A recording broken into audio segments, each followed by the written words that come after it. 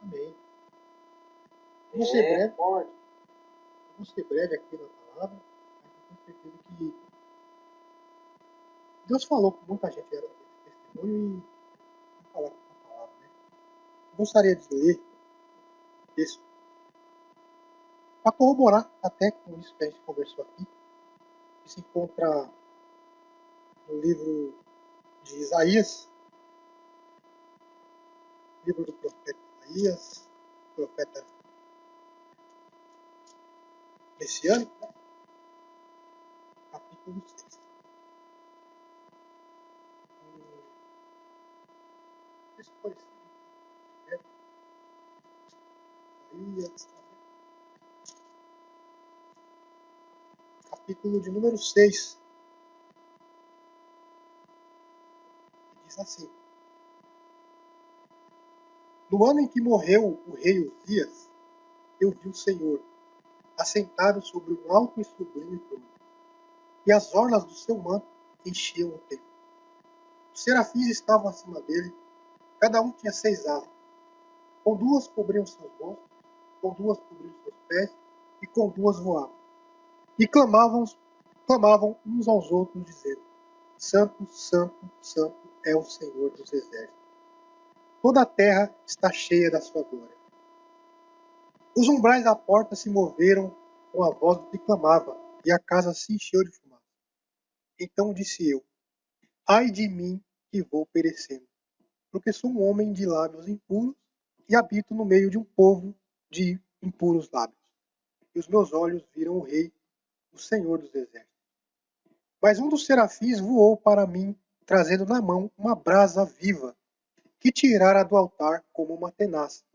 E com ela tocou a minha boca e disse: Vê, isto tocou os teus lábios, e a tua iniquidade foi tirada, e purificado foi o teu pecado. Depois disto, ouvi a voz do Senhor que dizia: A quem enviarei, e quem há de ir por nós? Então eu disse: Eis-me aqui, envia-me a mim. Amém? Só até aqui. Bom, eu acredito que a grande maioria do pessoal que está ouvindo já leu esse texto, ou já ouviu em algum momento uma mensagem acerca desse texto. E eu gostaria de trazer aqui uma reflexão para nós. E eu encontro no texto, sempre que eu leio esse texto, eu encontro algumas coisas que são muito importantes.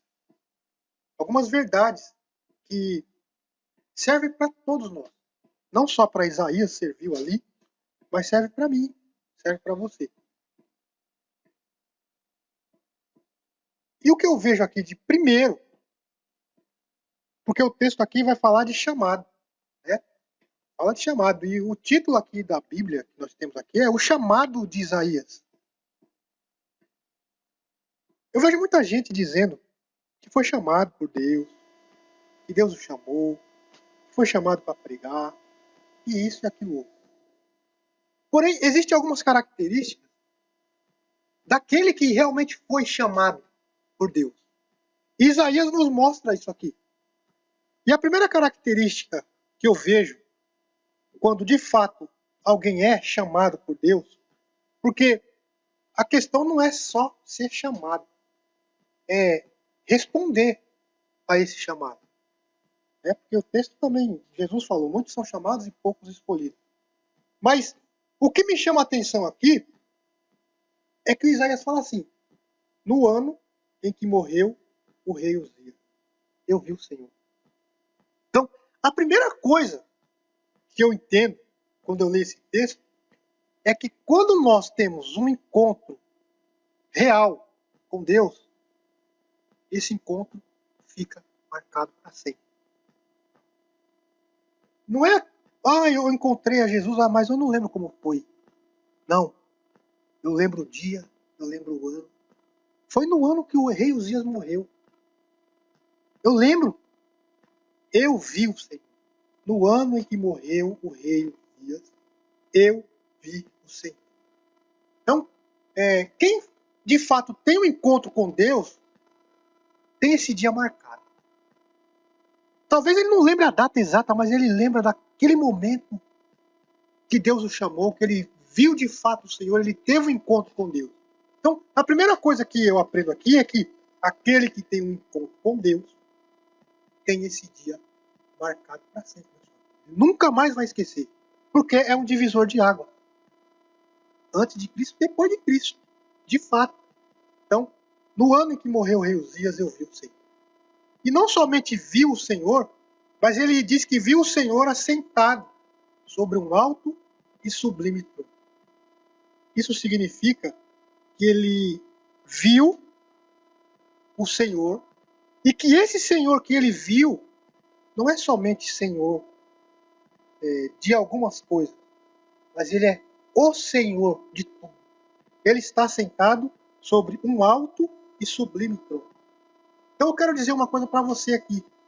Se você está desanimado, se você está cabisbaixo, e às vezes até pensando em parar, eu quero que você reflita e lembre do ano, do dia, do momento exato em que você de fato teve um encontro com o Senhor. E como o Isaías viu o Senhor, ele viu o Senhor assentado sobre um alto e sublime trono. E alto e sublime quer dizer, ele está acima de todos os outros tronos. Ele está acima de tudo. Eu costumo dizer, e não só costumo, mas como a Bíblia também vai dizer, que Deus, ele tem a nossa história na palma da mão dele. Ele está sentado sobre um alto e sublime trono. A sua vida está guardada nele. E foi isso que Isaías viu. Deus estava assentado sobre um alto e sublime trono. E ele continua descrevendo ali, fala que as orlas do seu manto enchiam o templo, e ele falava que tinha serafins acima dele, e ele vai descrevendo aqui. Mas o mais interessante, que é o segundo ponto que eu quero tratar aqui, é que no versículo 3 ele fala assim: e clamavam uns aos outros, dizendo: Santo, Santo, Santo é o Senhor dos exércitos. Toda a terra está cheia da sua glória. Então a primeira coisa que nós aprendemos é que quando Deus se revela a nós, quando nós temos um encontro com Deus, esse dia fica de fato marcado. Segundo ponto é que ele é santo. Segundo ponto. Me indigna muito quando alguém diz que teve um encontro com Deus e que viu a Deus, e tem gente que vê coisas sobrenaturais e sai dessa visão sobrenatural da mesma forma.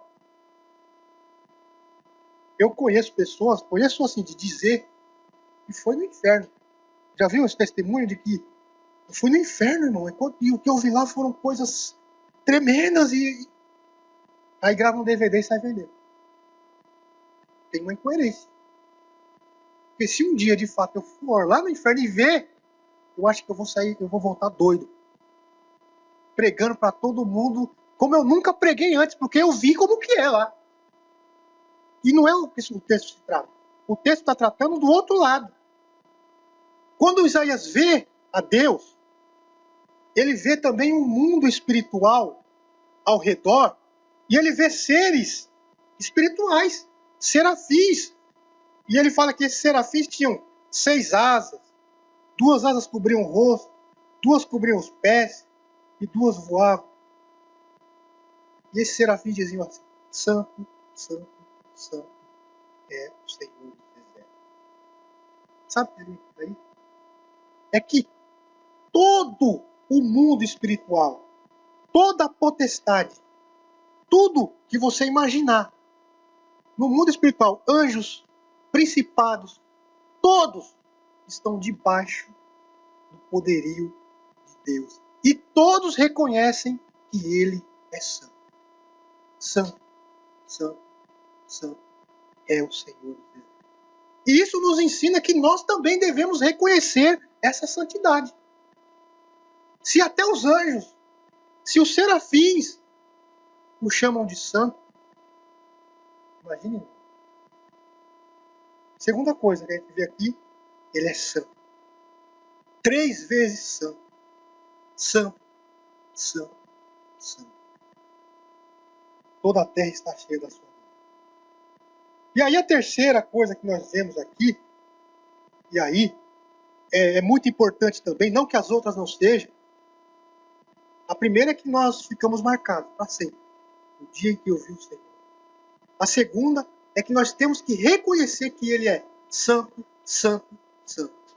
E a terceira é como eu respondo a essa revelação de Deus. Como é que eu reajo ao se revelar de Deus a mim? Porque Isaías diz, versículo de número 5. Então disse eu, ai de mim que vou perecer, porque sou um homem de lábios impuros, e habito no meio de um povo de impuros lábios, e os meus olhos viram o Rei, o Senhor dos Exércitos. Olha, ai de mim, eu vi o Senhor, eu tive um encontro com Deus. Ai de mim, vou perecer, porque eu sou falho. Eu estou diante da santidade e excelência extrema. Vou perecer. Eu sou pecador. Eu sou falho. Essa tem que ser a nossa reação quando estamos diante de Deus. Eu sou pecador, Senhor. Eu sou falho. É o sentimento de humilhação diante de Deus. Essa deve ser a reação de todo aquele que está diante de Deus. Humilhação. Porque Ele é santo. E eu sou o pecador. Mas aí vem a resposta de Deus.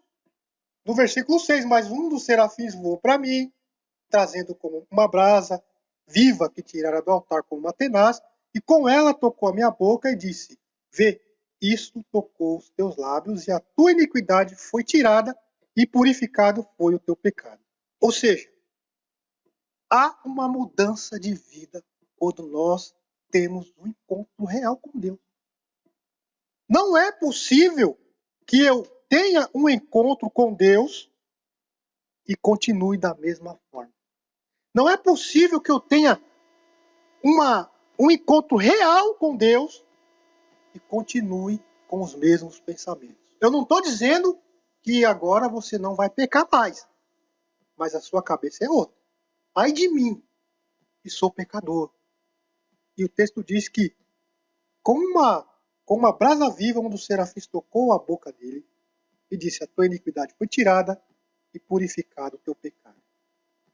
Quando nós temos um encontro com Deus, nossa vida é transformada.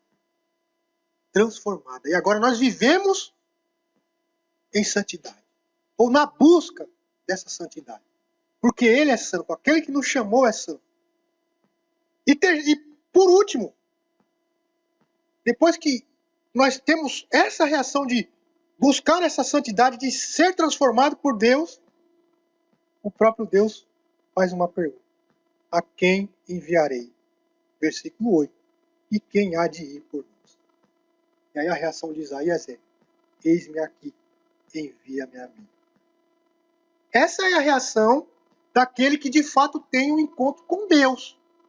Senhor, assim como o Senhor mudou a minha vida, assim como o Senhor purificou o meu pecado, assim como o Senhor me transformou, eu quero ser instrumento nas tuas mãos para levar as boas novas do Evangelho e levar essa transformação para outras vidas.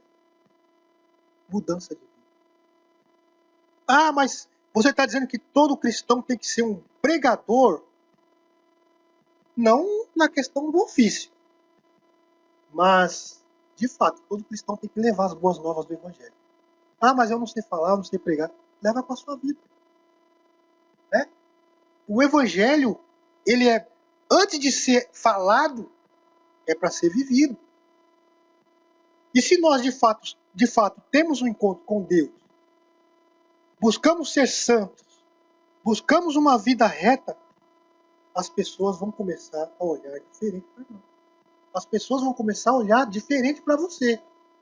E nós vamos dar o testemunho cristão. E aí sim, quando alguém olhar o testemunho e vir me procurar e dizer, poxa, eu sabia como você era e agora olha como você está. O que é isso? Aí nós abrimos a boca e falamos, olha, foi Jesus que mudou. Foi Jesus que mudou a minha história. E então nós anunciamos a mensagem do Evangelho. Então, essa é uma breve mensagem e você possa refletir isso no seu coração, se você de fato foi chamado por Deus. Porque Deus chama. Mas esse chamado, ele fica marcado para sempre. No ano em que morreu o rei Uzias. Isaías sabia exatamente quando ele teve um encontro com Deus. Esse encontro causa mudança. Ele reconhece que Deus é santo.